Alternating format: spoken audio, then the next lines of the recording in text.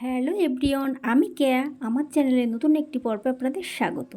তো আজ নতুন কিছু বলে শুরু করার চেষ্টা করছি, প্লিজ আমাকে সাপোর্ট করবেন। সংসার হয়ে গেলে একটা মেয়ে সবথেকে বেশি কি হারাই জানেন? যত্ন।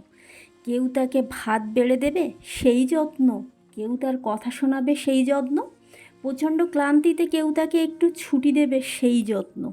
অতএব হারিয়েও মেয়েরা কীরকম সংসার আগলে ধরে জীবন পাড়ি দেয়।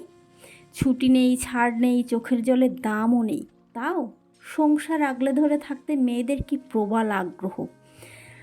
এই আগ্রহকে কি বলে যেন? বোকা বোকা একটা নাম আছে। কি নাম তার?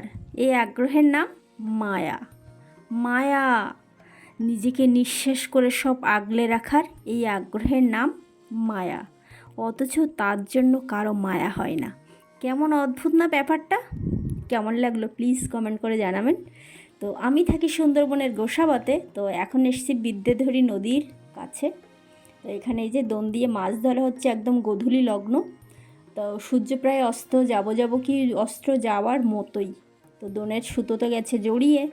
তো এখন এরকম মাছ ধরার চেষ্টা চলছে। তো কিছুদিন আগে আমার চ্যানেলে আপনাদের দেখিয়েছিলাম রেমাল হওয়ার আগের মুহূর্ত। তো তখন নদীর কতটা তীব্রতা ছিল। আজ দেখুন নদী তার প্রাণোচ্ছল বেগে বইতেই আছে, কোনো ধীর স্থির কোনো ঝড় নেই, গতি নেই, ঢেউ নেই, কূলে আছড়ে পড়ার প্রশ্নই ওঠে না। তো যারা এরকম সুন্দরবনে ঘুরতে আসতে চান, তো সামনে আছে ইলিশ উৎসব, আপনারা আসতেই পারেন।